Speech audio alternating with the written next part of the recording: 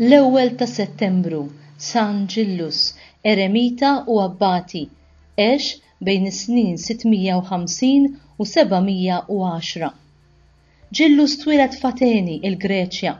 Meta mietu l-ġenituri tiegħu huwa qassam il-wirt abbundanti li ħallewlu lill-foqra. Għal din ir-raġuni u anki għax wettaq diversi mirakli, dan iż-żagħżugħ kiseb bosta ammiraturi. Imma hu għall-kuntrarju l-ariet it-tifħir u lanqas kien ifittex li jkun famuż. Għalhekk biex ikun jista' jservi lil Alla f'ħajja moħbija huwa telaq mill-Greċja u baħħar lejn Franza. Hemm mar jgħix waħdu foresta mudlama, għażel ar fis-selvaġġ bħala id-dar tiegħu. Dan l-ar kellu siġra b'xew kbir qudiemu. Ġillus kien kuntent li beda jgħix f'dan il-post u ħassu għalkemm il-bogħod mit-tifħir tan-nies li setgħu wasluh biex jintafaħ bih innifsu. Imma darba waħda kien hemm re ma' xi nies minn tiegħu iduru fil-foresta bħala kaċċaturi. Dawn ġrew wara ċerfa li kienet spiss tmur fil-ar ta' Ġillus u takkumpanjah. Irnexxielha taħrab minnhom billi marret tistaħba ġewwa l-ar ta' Ġillus. Madankollu wieħed mill-irġiel tefa' vleġġa lejn id-direzzjoni tax-xewk li kien jagħti l-ar bit-tama li jirnexxielu jolqot il-ċerfa. Wara li tħabtu biex daħlu fil-ar, sabu lil Ġillus ferut bil-vleġġa. Min int u x'int tagħmel hawn? Staqsih b'vuċi awtorevoli ir-re. San Ġillus irrakkuntalhom l-istorja ta' ħajtu. Meta semgħuha talbuh maħfra. Ir-re bagħat għat-tobba tiegħu biex jieħdu ħsieb il-ferita tal-qaddis. Għalkemm Ġillus talabhom biex iħalluh waħdu, ir-re tant ħass rispett lejh li baqa' jmur jarah spiss. Ġillus qatt ma kien se jaċċetta rigali mingħand ir-re. Fl-aħħar imma hu aċċetta li jħalli lill-re jibni monasteru kbir f'dak il-post. Ġillus sar l-ewwel abbati tiegħu. Dan il-monasteru tant sar famuż li inħolqot belt sħiħa fl-inħawi tiegħu. Meta l-qaddis miet, il-qabar tiegħu ġewwa l-monasteru sar post ta' qima kbira u ċentru ta' pellegrinaġġi. San Ġillus huwa wieħed mill-qaddisin l-aktar popolari taż-żmien medjevali u huwa il-patrun ta' diversi fosthom ta' dawk illi għandhom diffikultà ta' mobilità.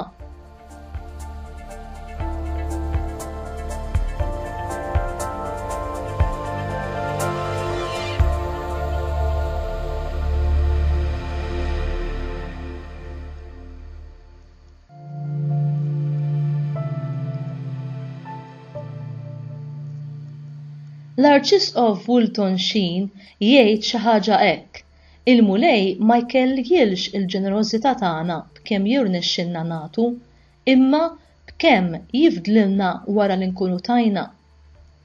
Veru, għandna x'nomodu b'din ir-riflessjoni li hija l-eku tal-kumment li għamel Ġesu fuq dik l-armla li l-offerta tagħha kienet tikkonsisti f'dak kollu li kellha, anzi li kien fadlilha biex tgħix f'Mark kapitlu 12 versi minn 41 sa 44. U hekk għamel il-ħabib tagħna tal-lum Ġillus. Imma dan m'għamlux biex in-nies tfaħru u jsir famuż. L-attenzjoni tan-nies tant ma ridix għax dak li għamlu biss għall-glorja ta' Alla u għall-ġid tal-proxmu. Iddeċida li jitlaq għalhekk minn pajjiżu biex ifittex kemm x'imkien solitarju u jgħix fil-faqar. X'inhuma l-intenzjonijiet tiegħi meta nagħti karità jew meta b'xi mod inkun ta' ġid għall-proxmu tiegħi? Jien infittex it-tifħir, l-isem tajjeb jew fama ta' qaddis qaddisa, jew naraf li t-tajjeb kollu tiegħi huwa kollu don ta' Alla.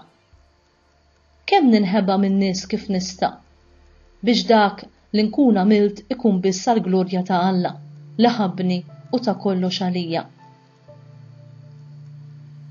L-unika ħaġa li Ġillus xtaq għalih innifsu kien post għall-kwiet qalb in-natura fejn il-bogħod mill-istorbju tan-nies seta' jitlob u jissaħħaħ fil-ħajja tar-ruħ.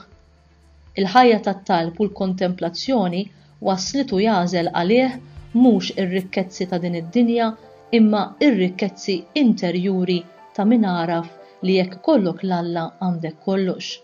U hawn niftakru f'dak li qalet Santa Teresa ta' Avila min għandu l-Alla ma jonqsu xejn, Alla waħdu biżżejjed.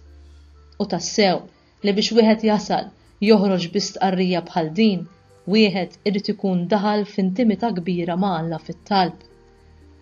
U hija din il-familjarità mimlija rispett u qima lejn Alla li waslitna li twassalna narfu li la darba kull ħaġa tajba ħarġet minnu mela huwa il-kollox f'kollox tagħna. Frott it-talb hija fiduċja dejjem akbar f'Alla mħabba u l-fiduċja li kiseb Ġillus mill-konverzazzjonijiet li kien ifittex li jkollu mal-maħbub divin wasluh biex jintelaq f'idejn Alla għal kollox f'dak li kellu x'jaqsam mal-għejxien tiegħu. F'dak il-post imneżża minn kull kumdità li soltu ifittex il-bniedem, kumdità li titqis bħala s-sigurtà essenzjali tiegħu ma setax ma jintelaqx għal kollox f'idejn il-maħbub divin, il-ħabib ħallieq.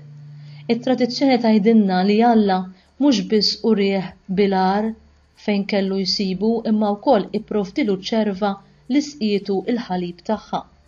Tassew li din l-istorja tista' tkun frott it-tradizzjoni imma l-istorja ta' Elija tinsab fl-Iskrittura u hija aċċessibbli għal kull min irid jaqra.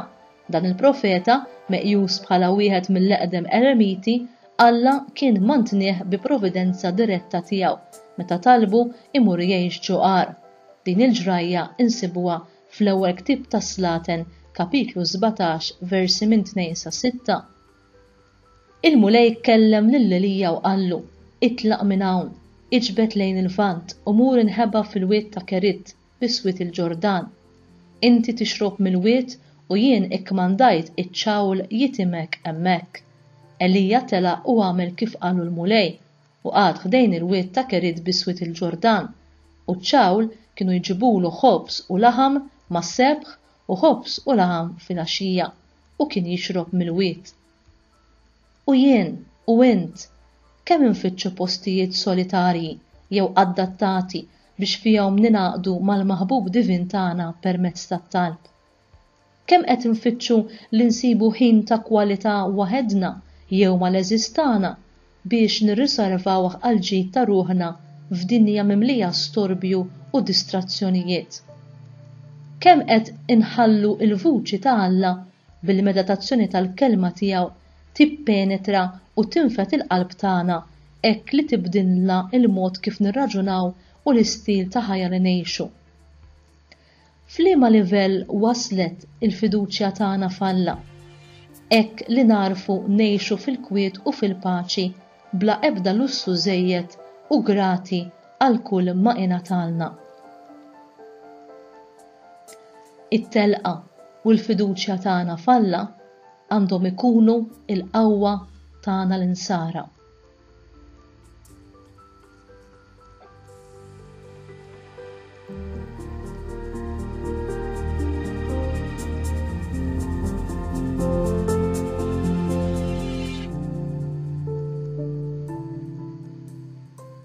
Talba. Induru lejk, Aziz ħuna eremita qaddis, u nitolbuk tenna b'talbek ħalli bl-impenn fil-ħajja tagħna tat-talb nikbru fil-fiduċja tagħna f'Alla li waħdu jimla l-qalb tagħna u jissodisfa b'mod li l-ebda ħaġa li qatt jista' jkollna f'din id-dinja ma tista' tagħmilna verament ħinja. Grazzi tal-li int dan u rejtulna bl-eżempju ta' ħajtek. Amen.